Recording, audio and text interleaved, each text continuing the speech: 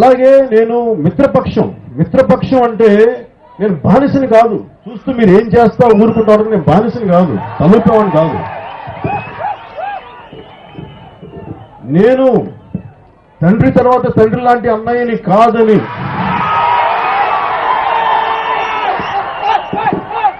తండ్రి తర్వాత తండ్రి లాంటి అన్నయ్యని కాదని ప్రజల పక్షం వహించి ఆయన మనసుని గాయపరిచి ప్రజల పక్షం నిలబడటం కోసం నేను టీడీపీ బీజేపీకి సపోర్ట్ చేశాను. ఎవరైనా సరే నా చిత్తశుద్ధి శంకిస్తే మటుకు నేను వేరే వ్యక్తిని.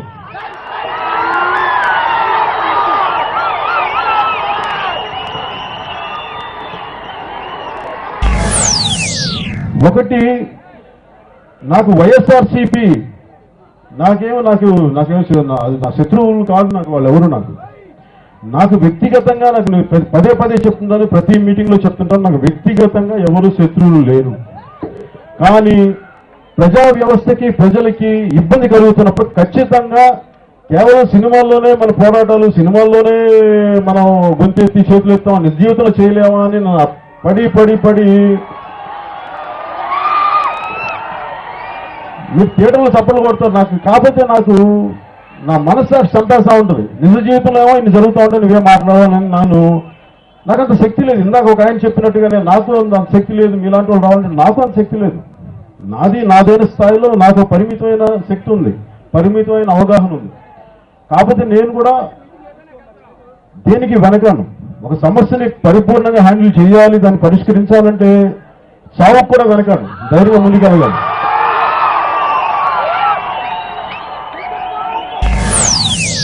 నాకు ఏ పార్టీ కూడా ఎక్కువ కాదు, ఏ పార్టీ తక్కువ కాదు. నా ముఖ్యమైన నేను ఎవరి పక్షం, ఏ పార్టీ పక్షం అని నన్ను 100 సార్లు అడిగినా నేను ప్రజల పక్షం, జనం పక్షం, మీ పక్షం. అలాగే నేను ఏదైనా మాట్లాడితే ఇతను అవగాహన లేకుండా మాట్లాడతారు, అభివృద్ధికి ఆటంకమని నన్ను అన్నారు మొన్న చాలా మంది మన తెలుగుదేశం మంత్రులు. అభివృద్ధికి నేను ఆటంకం కలిగించేవాడినే అయితే నేను తెలుగుదేశం పార్టీకి ఎందుకు సపోర్ట్ చేస్తాను?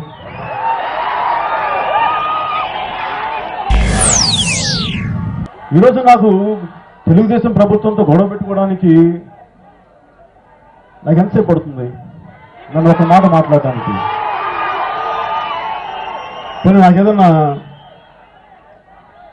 దానివల్ల నాకేం వ్యక్తిగతంగా ఏముంటుంది లాభం?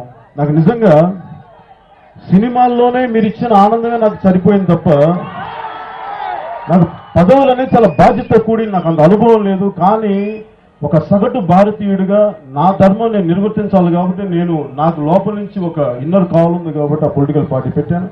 నాదైన శక్తులతో నేను ఏదైతే చేయగలనో అది నేను మీకు ఖచ్చితంగా చేయగలను. మొన్న ఈ మధ్యన మంత్రి రావెల కిషోర్ బాబు గారు మాట్లాడుతున్నారు, మొత్తం పోయింది ఉన్నది 3,000 ఎకరాలే కదా, 3,500 ఎకరాలకి ఎందుకింత రాద్ధాంతం అని అడిగారు. మరి 3,500 ఎకరాలకి ఇంత రాద్ధాంతం అన్నప్పుడు మరి తెలుగుదేశం ఎంపీ మురళీమోహన్ గారు హైదరాబాద్ ఔటర్ రింగ్ రోడ్లో ఆయనకి రాజశేఖర రెడ్డి గారి ప్రభుత్వం ఔటర్ రింగ్ రోడ్ చేస్తున్నప్పుడు భూమి కోల్పోయినప్పుడు మరి ఆయనకి ఎందుకు ఇంత ఆవేదన వచ్చింది? ఆయన ఎందుకు కోర్టుకి వెళ్ళారు, సుప్రీంకోర్టు దాకా ఎందుకు వెళ్ళారు?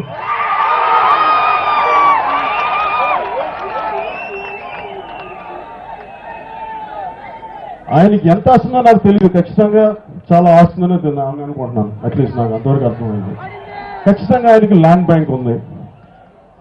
ఆయన భూమి కోల్పోయినప్పుడు ఒక తెలుగుదేశం పార్టీ ఎంపీ మురళీమోహన్ గారికి ఔటర్ రింగ్ రోడ్లో భూమి కోల్పోయినప్పుడు ఆయనకే అంత బాధ ఉంటే సెంటు భూమి, అరెకరం భూమి,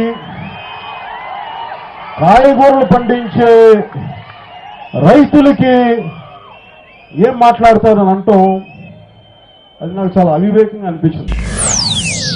ఆర్డినెన్స్ ద్వారానే భూసేకరణ చట్టం ఉంది ప్రస్తుతానికి, ఇంకా పార్లమెంట్లో కంప్లీట్గా పాస్ అవ్వలేదు. సో భూసేకరణ చట్టం ఆర్డినెన్స్ మీద ఉన్నప్పుడు తెలుగుదేశం ప్రభుత్వం నేను విన్నవించుకునేది ఏంటంటే మీరు బలవంతంగా భూసేకరణ చేయటం కుదరదు. దయచేసి భూసేకరణ చేయొద్దు.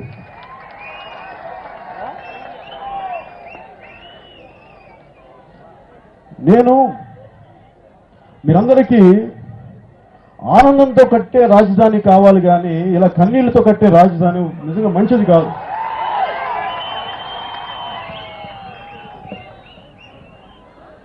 రైట్. ఇప్పుడు గాంధీ గారు ఎందుకు గ్రామీణ భారతానికి అంత ప్రాముఖ్యత ఇచ్చారంటే 1000 అంతస్తులు బిల్డింగ్ కడతాం, 200 అంతస్తులు బిల్డింగులు కడతాం, ఆకాశ హర్మ్యాలు నిర్మిస్తాం, చంద్రమండలానికి రాకెట్లు పంపిస్తాం, మార్చికి మార్చికి మన ఉపగ్రహాలు పంపిస్తాం. కానీ అందరూ తీసుకెళ్లి సస్యనేది భూమిలో పండిన పంటే కదా.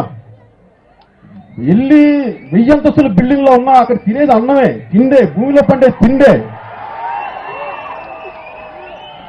అభివృద్ధి కోసం ఉన్న పొలాలని నాశనం చేయటం నాకు ఎప్పుడు బాధ కలిగిస్తుంది. కానీ రాజధాని కావాలి, అభివృద్ధి కావాలి, కానీ వయా మీడియాగా ఇంకొక పద్ధతి ఉండదా?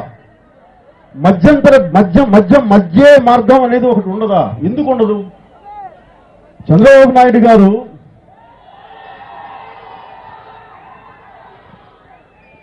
ఆయనకున్న అపరిమితమైన అనుభవం ఒక హైటెక్ సిటీ నిర్మించేలా చేసింది హైదరాబాద్లో.